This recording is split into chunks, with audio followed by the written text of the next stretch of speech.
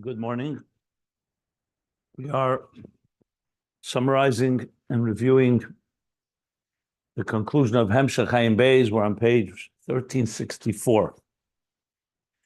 And though we learned it all in the first on the first bounce, so to speak, but now always good to refresh and learn a second time, but we're also learning it after we've reviewed and studied the source materials in the Alter Rebbe's Maimer, the Mittler Rebbe's Maimer, and other Maimarim, and pieces that we learned to be able to really appreciate the full richness of the ideas, the flow of the ideas, as well as trying to piece together how the Hemshech might have continued had the Rebbe Rashab finished writing it. So as I said, we're on page 1364. The headline, you can call it, is Mekabel. We're learning about the of a Mekabel, namely Malchus. That's what Malchus is. In contrast to Zoh, Zohar Ampin, which is a Mashpia. Like we learned when he began this whole topic, made it very clear. That's the Etzem Mahus of each one of them. Going back to page 1355. And that in turn is going to come to explain the Hamshach L'Maila and Halal L'Mata L'Maila in the interface of Torah and Tefillah. Well, now we're in Torah, as well as explain the concept of what Torah is, Torah as we said, and the operative example that he's using is Riyas Ha'ayin, eyesight, vision, which we'll get back to, which is one of three types of Mekabel, which we'll also soon review more in detail. So where are we right now? We've been learning about Mekabel, dissecting the anatomy of Malchus of a Mekabel, and we've discovered that a Mekabel is not just simply a passive recipient, but an active energy, just a different type of energy. You know, we're accustomed to an energy that transmits. A sun gives off light. The moon is far more mysterious in this process because it doesn't have its own light to give off. It either is giving its light, but it's triggered by the sun, or it's the sunlight that's channeled through the moon. So therefore, we come to understand that the Mekabel is a different type of light, different type of energy, we should say. It's a light that does not shine on its own, but it's still a very active entity in the context of its being a recipient. As we learned, the koyach hahelam, the power of restraint, which in some ways, not in some ways, he said it actually takes a lot more avodah than mashpia. It takes work to be a Mekabel, as we explained. And the differences between mashpia and Mekabel, as we learned earlier. Now, in Mekabel itself, we learned that Malchus has has the concept of lesla megamoklum, has nothing of its own, and the two meanings of that, because it receives its energy from that which is higher than Malchus, the higher spheres, the higher Hamshachas and Otis. Or the second interpretation is that Malchus is nothing of its own without the Avodah Lamata. And now we're learning that's actually interdependent, like he said. Both are emes, and they both actually are both. So in essence, you can say Malchus is always receiving from higher. That's what it transmits. But what triggers it, we've learned now, is the Avodah of the Halas Man Lamato. That's what triggers the whole process that Malchus should receive from higher levels and then transmit downward. All that, the Mekabel, like we first learned in the example, there was to Midas and Malchus, that Midas and like Moichin, exist even without a Zulas, without another, and Malchus does not. Even though Malchus exists, but is Betachlis Ahelam, he called it, utterly concealed. For Malchus to be active in any way requires the Hisedus, the arousal and the trigger and the stimulation that comes from the Avodah Samata. Like we see with a king and a people and the subjects, that the king, until the subjects actually crown him as king, he's not a king. He has midas nasus, but that's a whole different thing. That's how he is be'etzem. But for him to be an active king is ein melech b'lo am. And as we learned yesterday, in the dogma of Malchus, you need a Allah's man, Avodah Sodom. That's what Adam Harishan did. That he crowned God and accepted God as king through his Kabbalah sale. And the same as every year, that's what we're mamshich. But we're not just mamshich Malchus, we're mamshich Malchus with all that it receives, according to the first interpretation, all the errors that it receives, Chesed and Gvura and Rotzen and Tainug, as he explained. So all that is through our Avodah, the Avodah of Kabbalah Sel Malchus Shemayim Bittul, and the way he put it more specifically, to be a klei reikon, to empty yourself and open yourself up to receive, and to be mamorah de chushbana, accountable, person who's accountable, and ava b'chol me'idecha. These are all the terms he used at the bottom of 1363 to explain that bittul. And that in turn draws down Malchus. Without that, kasher lo yesh lo osman, he called it memshala. Memshala means, as I said, that's more of an imposed type of leadership. But what he calls it here is betachlis hasimtum tachlis hahelam. In other words, you don't have the king in his full glory. He'll govern. God will govern the minimum. But if you want that relationship of a king and subjects and authority and his subjects and his people, that is through Malchus, which comes as Allah Osman through the Avodah Lamata. Okay. So now I'm just looking at all on page 1364. So bottom line, Malchus is not mashpia b'keach atzma. Malchus does not do anything from its own. Everything has to come from elsewhere. Either it's coming, what's filling up Malchus, the binyan ha-Malchus, is being filled up with, he called it actually the three gvuras, the binyan ha-Malchus, the tzedek chelo and tzedek hayichud. All aspects of Malchus are something that needs to be, that are built up in Malchus. And then there's Malchus that does not active without the Yisraelis Momata. So both ways, Malchus is not on its own, and it is essentially channeling that which comes above it, and it's being stimulated, it's being aroused or being activated through our Avodah Lamata. Okay, there we go. The last piece we learned, we introduced the idea of Chesed. Remember, in the Moshel, he explained the difference between Midas and Malchus is that in Midas, Chesed exists within the human being. It's an active faculty. It's just not complete until it has someone to be transmitted, to bestow Chesed, kindness. But it's an active Midah. So the same is true when Malchus is receiving from Chesed and Gvura and all the Midas above. Those are active faculties. Those are divine attributes. And indeed, he says, Amarti Elam Chesed Yevona. God creates with Chesed. Pirish Mashaniseh, the Midas says, Chesed Elyon Dezah. So the Chesed Elyon of Zah, the kindness that God wants to bestow, and that causes the Chefetz B'Isnasus. So in other words, if there was no, God wants to extend kindness, he wouldn't want to be a Melech. So Malchus, or creation, which is the process that Malchus creates existence, is a result of Chesed. And the same thing that you needed also, you need B'Ratzon and Tainug Atzmi in order for there to be a desire and a pleasure. So Malchus needs Ratzon and Tainug. So that's how Malchus is receiving from that which is higher than it. V'amshachus Elu, and all these transmissions now come through our Avodah. And we'll soon now discuss which comes first, but we'll see that in a minute. The latest Malchus will not awaken itself, it will not activate itself, only through Me'erim Amlichim, and that's Ein Melech B'lei Am. That's why a king without a people, without a nation, they're the ones that activate Ye'eru Liyis Melech Aleim. Okay. I'm going to go back now to the parentheses where we learned the middle of the parentheses, but I'm going to go over the parentheses. And so now the Rebbe Rashab lays it out very explicitly. He says, Ubetchilas Habriya, I'm reading from the middle of page 1364. We learned it yesterday, but might as well review it and learn the whole thing till the end of the paragraph now.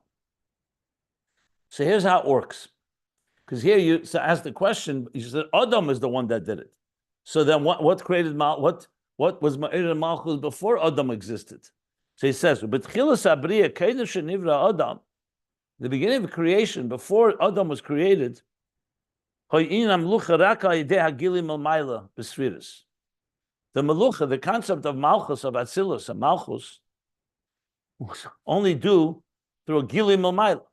God chose to emanate spheres, Rotzen, Tainug, Rotzen, Chachma, Bina, all the spheres, including Chesed and including Malchus. That's how God the Creator chose to create through these attributes and faculties. As we said many times, God did not need that, but He wants us to understand His process and also be able to retrace the steps through understanding these stepping stones. So bottom line is, that's how it was B'chilas Habriya. Aval hoye b'chinas memshala, like he said earlier, since it was not triggered, it was not stimulated, it wasn't activated through Avodah Lamata, so it's a state of memshala, like he said, which means, yes, God's creating, but you don't have the active, the full active divine, let's call it, engagement, because God, the whole purpose of creation was not to create trees and birds and animals and plants and a sun and a moon and all the things that were created the 6 days. That's not the purpose. The purpose was to create man. Like he says in the Mishnah, that's why the human being was created last, the special guest, because the whole purpose of creation was that a human being should come and transform the world and make it into Adira B'Tachtenim. So it's true, God created a Garden of Eden, as we learned also earlier in volume 3. But then He wanted a gardener, and the gardener is the human race, Adam and Eve. So as beautiful as the garden was, their job is to make the garden even more beautiful. By plowing, by planting, by sowing, by developing and cultivating it. Which in Avodah is the acts of good deeds, goodness and kindness, and ultimately mitzvahs, that transformed this world more than the good world that was created from the outset. That's the whole purpose of it all. Seif ma'aseh v'machshava tchila. That's why we say in Rosh Hashanah, Zeh hayom tchilas masecha. This is the beginning of your creation, of your handiwork. So Chassidus asks the question, what do you mean? Tchilas masecha was 6 days earlier, on the 25th of Elul. Bereshis bara Elokim was 6 days before Rosh Hashanah. Rosh Hashanah was the 6th day of creation. And the answer is because that's Tchilas Masech, because that's the Kavanah. That's when God, so to speak, started building the building. But the Kavanah is to put His child into the building. The soul that is the divine soul, the created in the divine image, to go into this building and do its work, to transform it. So therefore you say, Zayim Tchilas Masech. So bottom line is that, but you still have to explain how was there Malchus before Adam was created. And there was Malchus. There were 10 spheres. God emanated 10 spheres. Matter of fact, in Zohar it says that all the 10 spheres are hidden, alluded to in the pasuk Bereshis bara Elokim es hashamayim v'sa'aretz. Maybe you can figure out how, but I'll just say it. The Bereshis is Chachma, bara is Bina, Elokim is Das, Bereshis bara Elokim S is, I believe, S is Es Hashamayim, the Es Haaretz is Malchus, the S I think is just Es Hashamayim is Zah, and the Es Haaretz is Malchus. That's what it says in Zohar. But bottom line is, you had all the 10 spheres from the beginning. So he says that was in the level of Memshala. It wasn't the full Melucha, because it wasn't the Kavanah yet. The Kavanah was that the human being, Adam, should come and crown and accept God as king. That's what he's saying here. And that's what it says, V'chol esav asad terem yitzmach, ki lo himtir mishum du adam ayin. So yes, God created plants, but then He says for it to grow, you need the human being to work the land. You need the human being to initiate, and ultimately the rain should fall, as the pasuk he cites explains. So you see, the mishum zeh. So on its own, creation, Malchus didn't have any Gilui Eir. The Yichud Zun b'mkeimam hoya al yedei Adam Harishon. The Yichud Zun b'mkeimam, meaning b'mkemam in their original place when they were created, Zoh and Malchus. That is done, that yichud is through Adam Arishan. He's the one that creates that yichud. So without Adam Arishan, you have Zoh and Malchus, but you have them all in a limited flow. Like we know that, for example, sun and moon, after the diminishment, they're not equal. And you need you need to be miyachad them in Avodah. And that's what Adam Arishan does. Okay, so this is where we stopped. But now comes the question, before I continue, 1 second now. Okay, so everything starts with halal. Now, once Adam is created, there's halal asman. But that itself, that Adam was created, where does that come from? Didn't come from its own. We didn't create ourselves. So that is initiated from above. And though he doesn't say it explicitly, to me it's pretty clear that he's getting into the concept of mamayla lamata, mamata lamayla. You know, which one comes first? So obviously in the process of creation, it's mamayla lamata comes first. Because there's no human being to do any avodah. So everything starts mamayla lamata. Then the kavanah is there should be mamata lamayla, our avodah. And then in turn, our avodah elicits and draws down even more mamayla lamata, even higher levels of oir, all the way to Helam Atzmi, all the way to Atzmus itself. That's the general process. But now he's going to throw in an important point, which I'll elaborate on, which takes us back actually to themes that were discussed in the middle of volume 2, about Avodah Tzedek Gaveh, where our Avodah reaches, the very fact that our Avodah touches the highest levels. How is that? How do you explain that? So let's read it inside and you'll see where he's going with this. It says, U'makol mokim, even though we just said that the whole purpose of creation is that the Adam should come and he should be mamlich, incarnate and accept God's authority, as we learned. U'makol mokim gam ba'avedas Adam tzarich li b'chinas ha'chesed milmayla. So this comes and adds a deeper point. Till now we were learning that Malchus, for it to be complete, it needs to receive Chesed, Gvura, Rotz, and Tainug, the spheres above. And how is that all activated? Through the Avodah below. Now he's saying our Avodah also needs Chesed. Why? In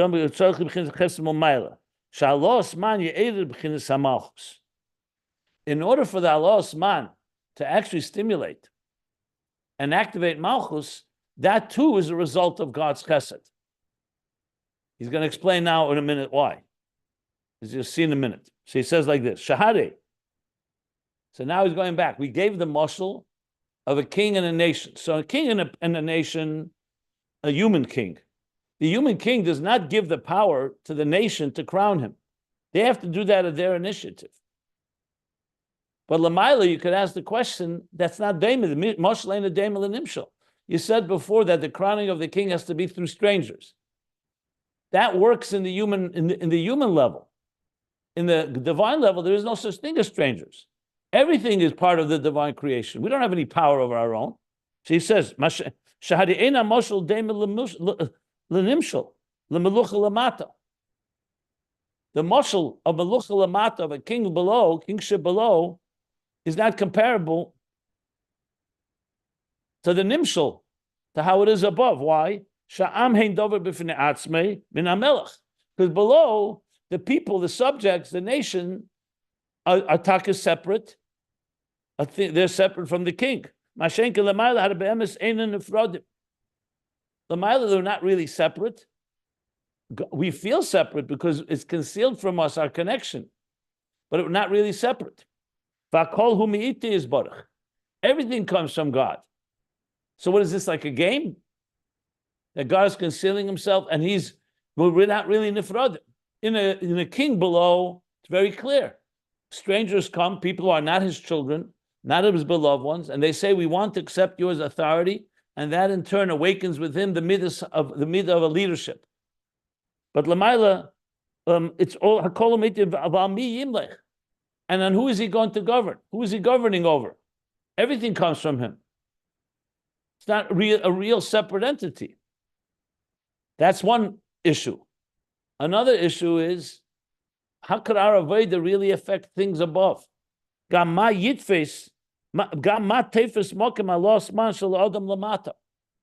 talking about the Creator, God, Why should our Avodah B'chlal matter to him?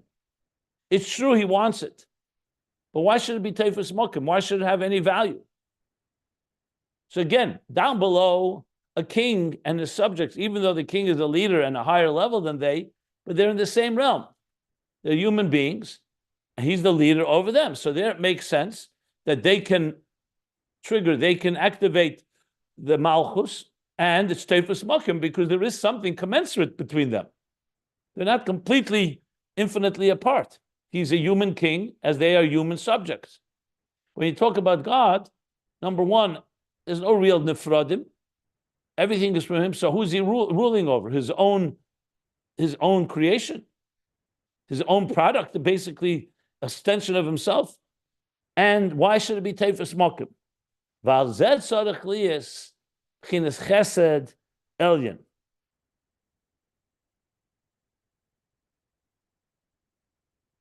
And this is why we need Chesed Elyon.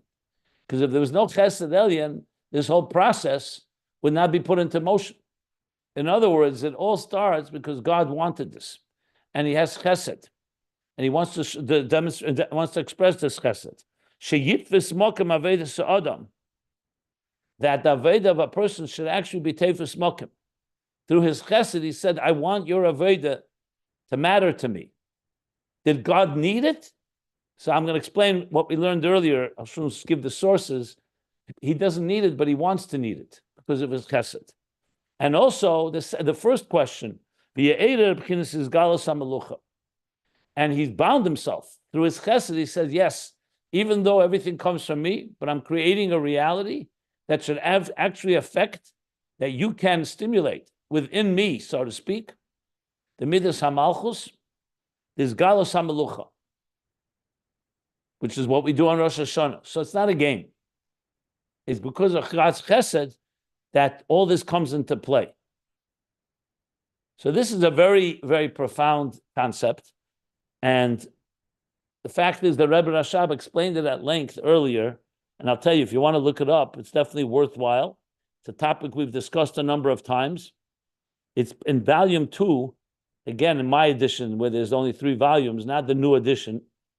So it's page 913 and on, and the end of page 965 and on. So 913 and 965 in volume 2. And we learned it at length back then, very, very deep, Maimorim, where he talks about, does Avodah, what he calls Avodah Tzerich Geveya. Is there a need for Avodah above? Is the Avodah Sa'adam matter to God? And he asked that exact questions. And it's actually 2 opinions in the Sefer called Avodah Sakedesh from Rab Meir Ibn Gabbai, a great Mekabel in the 14th or 15th century. Something like that, 15th or 16th century maybe. Was he after that Rizal? Well, before that Rizal. I think before that Rizal. So it could be the 14th century. Anyway, Avodah Sakedesh, where he brings 2 opinions by the Mekabolim, whether Avodah matters above, because on one sometimes you say it does, you see, Reach Necheach, God says, you bring a carbon, it's a beautiful aroma that causes me pleasure. On the other hand, there's expression, Im Sadakta Matifol Bay. If you do kindness, what effect does it have on him? He's not in your league. It's a completely infinite distance. So there he answers that they're both opinions, and ultimately Chassidus reconciles them by saying, on lower levels of Elokus is Takanat Teifus Mokim, the Makiv is beyond and transcends our behavior. But then when you go Pnimis HaMakiv, Pnimis HaKavana, all the way in the Etzem, God wanted that it should be Teifus Mokim. Not that he needs it like we need to eat or to sleep or we need relationships because we're not complete without it. But God chose to, and once he chose, it became a true relationship. And there in those Maimorim, he also speaks about whether it starts from Chesed Elyon or it starts from below, because you could argue that because neshamas are rooted in Atzmus, that's why God wants our Avodah, because we're rooted there. But really, it's mashma from those Maimorim there that itself comes from Chesed Elyon, that God made the neshamas to be rooted from Atzmus. Neshamas don't have any power of their own. It all begins from above. Like even in Tanya, when you say Chelik Elekam and Mal Mamish, it says God blew and breathed his breath into a human being, and created something in his divine image. The neshama doesn't have any power of its own. All it is God's breath. So why did God breathe that? And ultimately, it's due to chesed. Now, if you ask a question, why does he have this chesed? There we already get to Nesava Kadosh Baruch Hu. God desired to have a dir b'tachtenim, and a desire doesn't have a question. You can't ask why. Even chesed, you could say, why does he have chesed? That's what he wants. And so ultimately, it's not going to be a logical, pure logical answer, but it does come from an extension of chesed elyon. That's what he's saying here. And as a result, that causes that Avodah should matter, and that we should actually be able to be me'eder melucha lamayla, even though melech lamayla is not like a melech lamata, like he just said in explaining this idea. So what do you see here? That it's not just that our Avodah draws down Malchus with Chesed within it, and Malchus was created through Chesed, but the fact is we also need Chesed in order to be able to be who we are. So ultimately, the Mamayla Lamata of Chesed does give us the power of Mamata Lamayla to do our Avodah and to have free will and to be able to make our choices and do our Avodah, and that should be Tefus Malkum Lamayla, and also crown and appoint God and accept God as our authority and king. That's the parentheses. But let me just finish the last line and then I'll stop if there are any questions. So after the parentheses, now he goes back and sums up the last, I would say, good summation of the last, I would say from around page 1354. 64. So we're talking about last 10 pages. And what do we take away from all of this? That B'chinas Malchus in general, he loy B'chinas er mashpia. Remember the headline? That Malchus is not a er mashpia. It's kiyim er Mekabel be'etzem. It's at its core. It's fundamentally a unique type of oil called the er Mekabel, the oil of the recipient, for the reason that it receives from above and receives and is activated from below, our Avodah below, as elaborated in the last few pages that we've learned.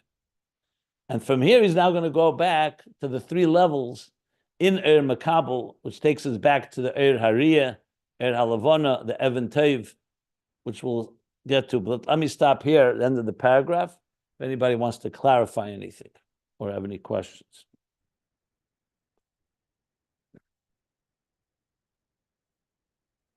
Okay. All good? Very good. I just want to say that in light of today's Tanya, where the Alter Rebbe talks about how the sun's light, it shines through the moon and changes up the letters, and it sounds like the moon is integrating the sun into itself and shining a new light.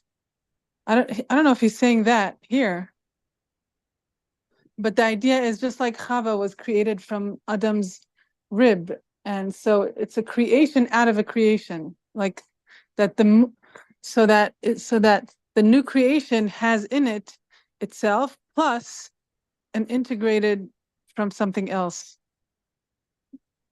I would not make that comparison at all, because he made it very clear that it says in the Pasuk that God created two great luminaries.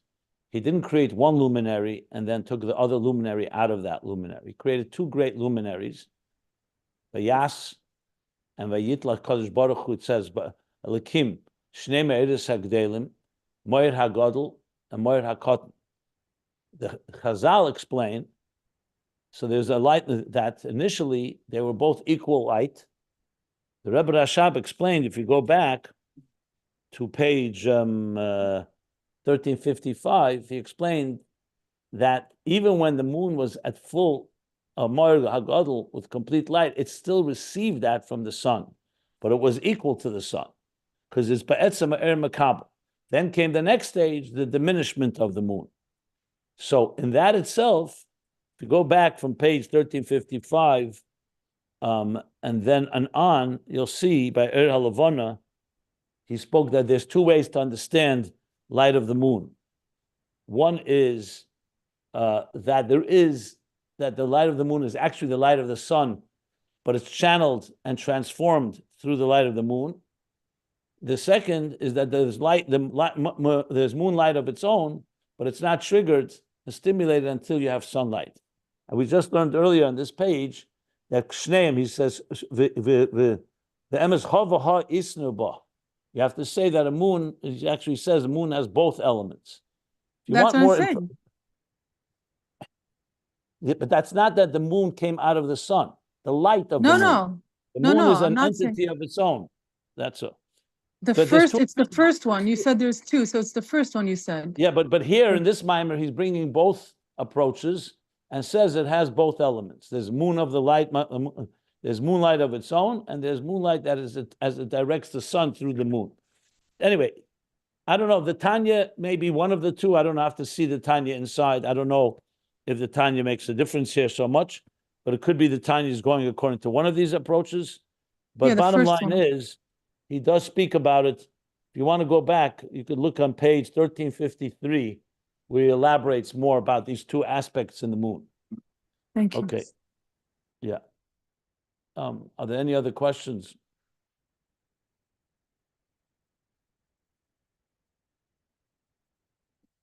Good. So now, before we continue, we give a short introduction and put things into general context. Now that we've established that Malchus is Mekabel, so and is in contrast to Mashpia, and Malchus is Mekabel be'etzem, so now we have what to work with in the context of an interface between the divine and existence. Because basically, Malchus is the divine energy that relates to existence, and it's a Mekabel, meaning it doesn't have anything of its own except a Nekuda. It exists. There's no Gilui, no revelation. Revelation comes either from the energies from above, not either, both, from the energies from above. That's what defines Malchus, its identity. And it's all drawn down through our Avodah below.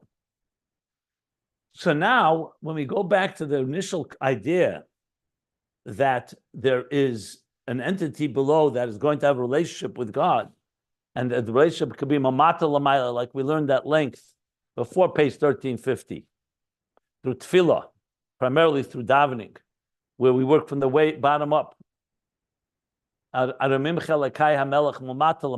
we elevate existence to the divine. And then on page 1350 and on, he starts talking about Torah,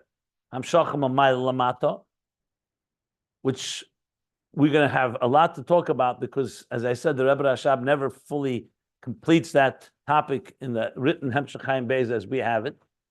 But we are trying to piece it together here. So when he started talking about Torah and comparing it to Neshamis and comparing it to Ner Mitzvah v'Torah and Ner Hashem Nishmas Adam, so then he said, let's explain this with Hariyah.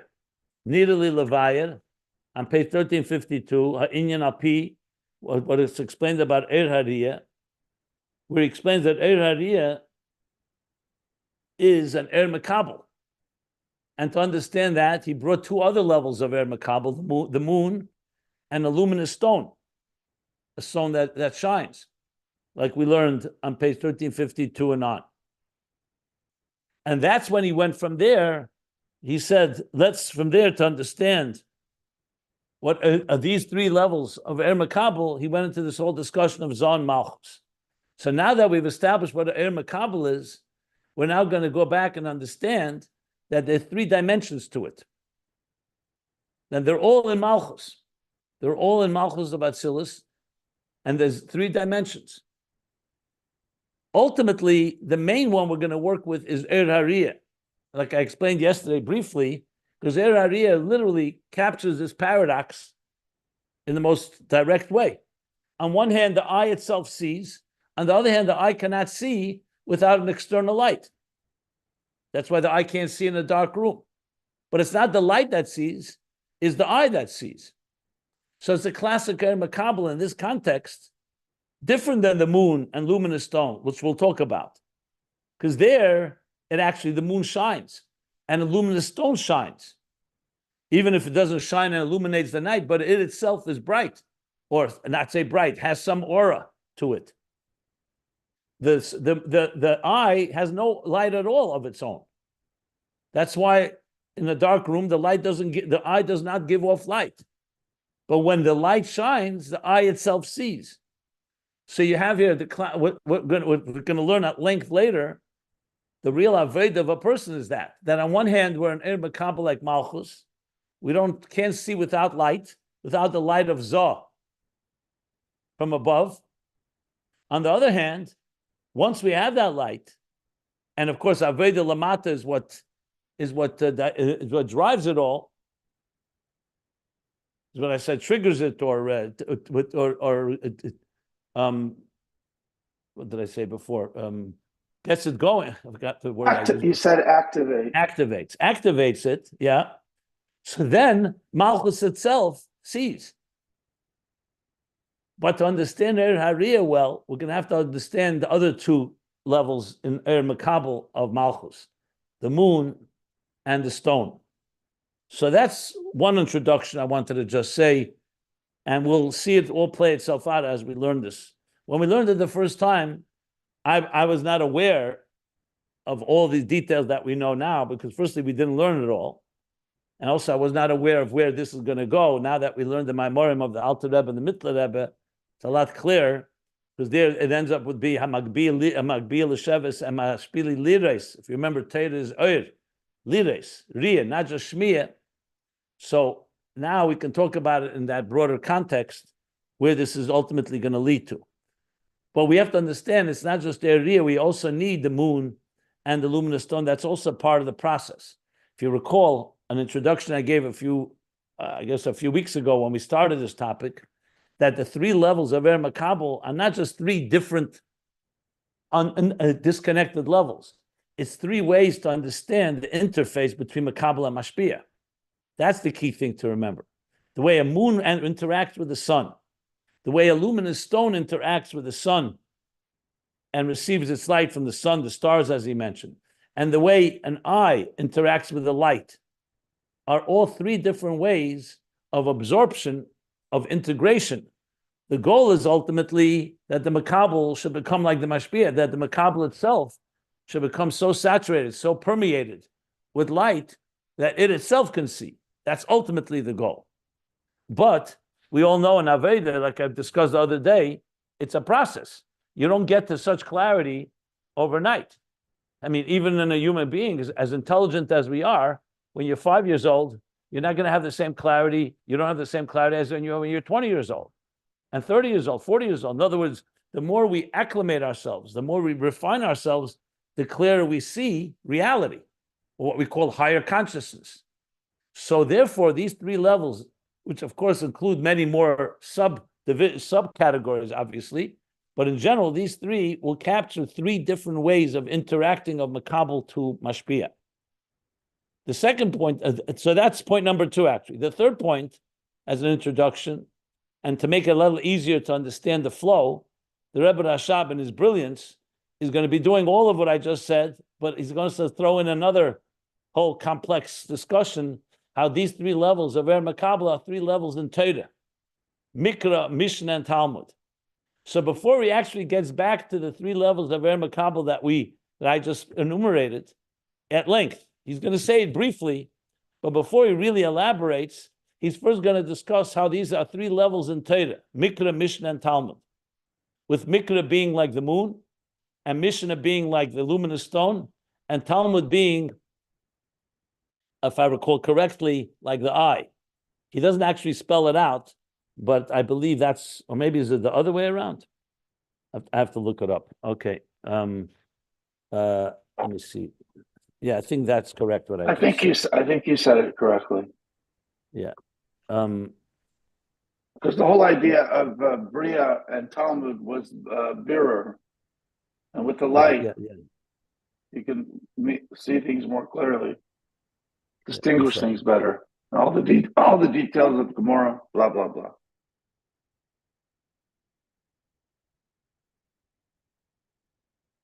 Yeah, Mishnah, Mikra Mishnah, yeah.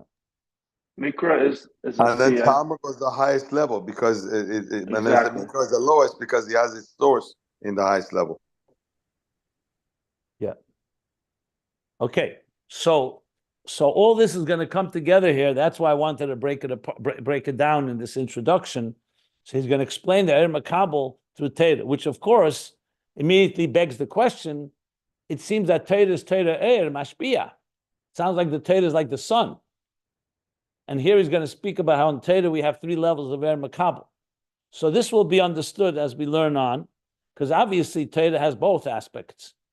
Teda is Teda but we're going to talk about that as well later, where he starts talking about the difference between the written Teda and the oral Teda.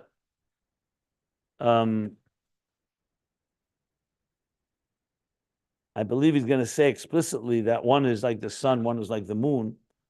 But we'll wait till we get there, because I have to refresh my own memory about that. Can you take a question? Just one second. Give me a second here.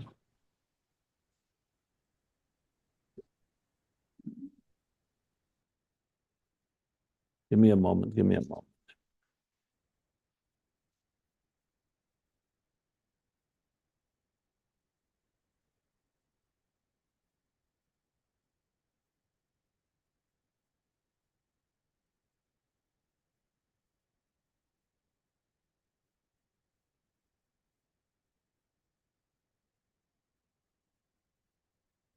Okay, but this is just another point that I will discuss about the Mekabel, Mashpia in the context of Torah. Because remember, at the end of the day, Torah also requires our learning Torah. So there is a Mekabel element. We're learning Torah, especially we're going to learn Talmud, Teishval Pes, through our exertion and our effort to try to understand. So in Torah itself, obviously, there's Mamayla Lamata, Mamata Lamayla. But we'll get to that. And again, I think this may be part of what the Rebbe Rashab never really concluded, because he never gets back to Torah the end of the Hemshech, and he doesn't even get back to Ner Mitzvah, let alone Torah So I think it's part of the development of what we're going to learn. We're going to understand Torah, all aspects of Torah, both from a Mekabel point of view and a Mashpia point of view. As I've said a number of times, of course, it overlaps. So that's an introduction to what we're going to learn. We're going to start now in the new paragraph. You want to ask something? Go ahead. Yes. Just since we're winding up the specific discussion of Malchus and how it operates, it sort of raises the question of the distinction between Shem Elokim and Shem Havaya. I perhaps erroneously had always associated Shem Elokim and his the governance, the rulership of God over the natural world, over the place where we dwell. The most immediate manifestation of God is Shem Elokim. That Baruch Shem Kavod Malchus Le'olam V'ed. So it's God's sovereignty, and that the Elokus of Shem Havaya is, I think, or Shalif Neat Simsum. It's Bligvul. But the question is, if Malchus is the place, the most immediate place from which Shem Elokim manifests itself in the lower worlds, then. But at the same time, Malchus has nothing of its own. It has only that which flows down through it from above, and that which gets stimulated from below. That's what is happening in Malchus, is what's happening above, what's happening below. Of course, it's a very special aperture, if you will. But how does one then, if I'm right about the things I've just said as assumptions, how does one distinguish between Shem, in that context, between Shem Elokim and Shem Havaya? If Shem Elokim is really just some sort of aperture, or I don't know, like I say, like a lens that opens and closes it for the channeling of divine energy, and it depends on what's happening above, it depends on what's happening below, then doesn't it seem to blur, God forbid, but to some extent blur the distinction between Shem Elokim and Shem Havaya? I guess that maybe that's the point at the end of the Hemshech. It's all one, really. if you really think about it. But I don't want to get ahead of myself. Do you understand the question? I think so. My response, first of all, just to put things into order. This is completely your association. There was no mention at all in the Hemshech here that Zohar Malchus is Avayin Elikim, correct? That's correct. Okay.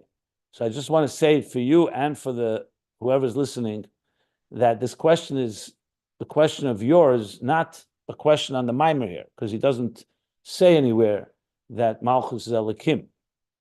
So the first question is Malchus indeed Elikim or not? Because if it's not, then your whole question doesn't apply. Right, I said, that's right. I said it depends. Okay, so no, but even the very question again is not anything on the Maimer, it's just a question you want to understand, is it connected to Havai Elikim? So let me just say a few words, which I don't know if you remember, but you asked me a similar question a few months ago about Havai Elikim. Havai Elikim are not stationary levels. It's not like Zohar and Malchus, where or other stationary. Havai Elikim are very much everywhere. Havai Elikim are two divine names. So just like we say, there's the Eir and Keli.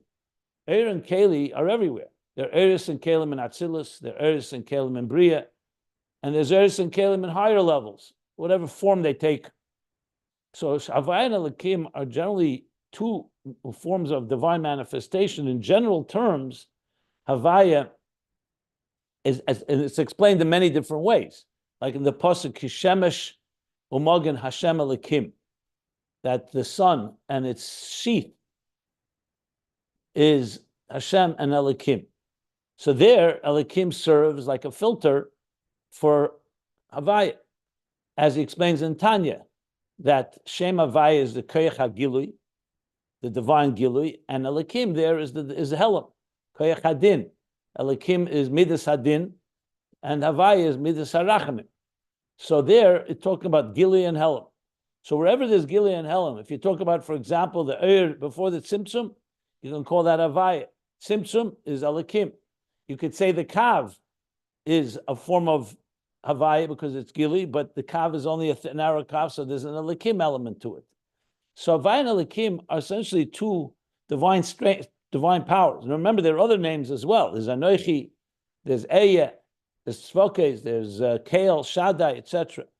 But in that context, so if you speak about it that way, Elikim, if it's Koyach HaHelam, Koyach HaTzimtzum, then it fits very well to what we're saying here.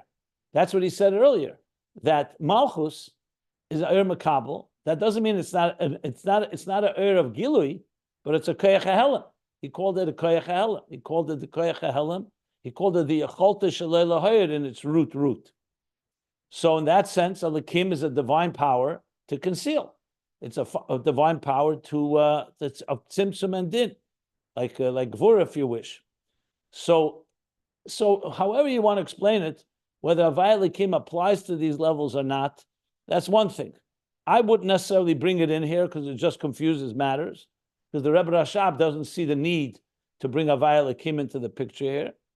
If you want to, for your own edification, because you learned it elsewhere, and you find sometimes there is a concept of Elikim relating to Melech, and I could say earlier, for example, Arimimcha Lekai HaMelech, he did explain that Elekai HaMelech is Elikus, like Malchus, that relates to existence. And Havaya is more the transcendent divine that's beyond existence.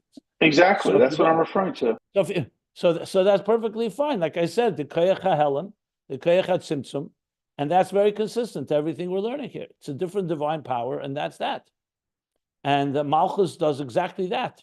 It conceals and then channels. It doesn't have anything of its own. You could say if Elikim is simply a mogen to Shemesh, so then that's what it is. It's essentially a way of channeling Havaya that relates to the existence, like he explains in Shayuchid Vamuna. That's the power of Tzimtzum that allows the Oyer to not blind us and overwhelm us, but to be channeled into existence. And that's not a contradiction at all to Lesla Megamo Klum. Because it's Elikim is not a Gili. Elikim is a channeler in that sense. But that again, all this I'm basically this is a courtesy to you because you asked Yes, the I question. understand. I And this has understand. really nothing to do with the hemshech. I understand. The fully. concept of yadaita yem v'shavesel avavecha ke'avayu elikim b'shamayim imal va'aretz mitachas einoid, which is an operative verse that we're going to discuss, and we have discussed at length. And there he does say avayu elikim. I will discuss that later, but it's much broader context than Zohar and Malchus. There it's going to be discussed avayu elikim, that the koyach hatzimtzum is also, its purpose is to reveal. If you go back to the beginning of the volume 3, page 1, he explains avayu elikim exactly as I just said it. But I wouldn't associate it here so much with Malchus per se. If you dafka want to, I gave the explanation, but you don't need to. Let's put it that way. Okay, thank you. Yeah, I recognize it's not a question on the mimer, but we just finished a long analysis of Malchus, the best one I can recall in the Hemshech. To me, it begs the question a little bit. I'm going to tell you right now, you don't need to jump from Malchus to Elikim. There's no need for that. I hear. Thank you. Very helpful broadly. It was a broad question and a broad answer. Thank you. Okay. Being that we're already 10:30, so I gave a few introductions to what we're going to learn. Again, the introductions are that there's the 3 levels in Mekabel, that these 3 levels are all different ways of the Mekabel's relationship with the Mashpia, and he's going to speak about how this manifests in Torah. That's what he's going to start speaking at the bottom of the page. But there's the first section where he's going to first begin with a general introduction about these 3 levels. Well, we'll do that tomorrow, in the next class. We'll stop here at the end of paragraph on page 1364. And we'll continue the new paragraph in the next year, in the next class. Okay. Are there any other questions or comments anybody wants to throw into the picture here?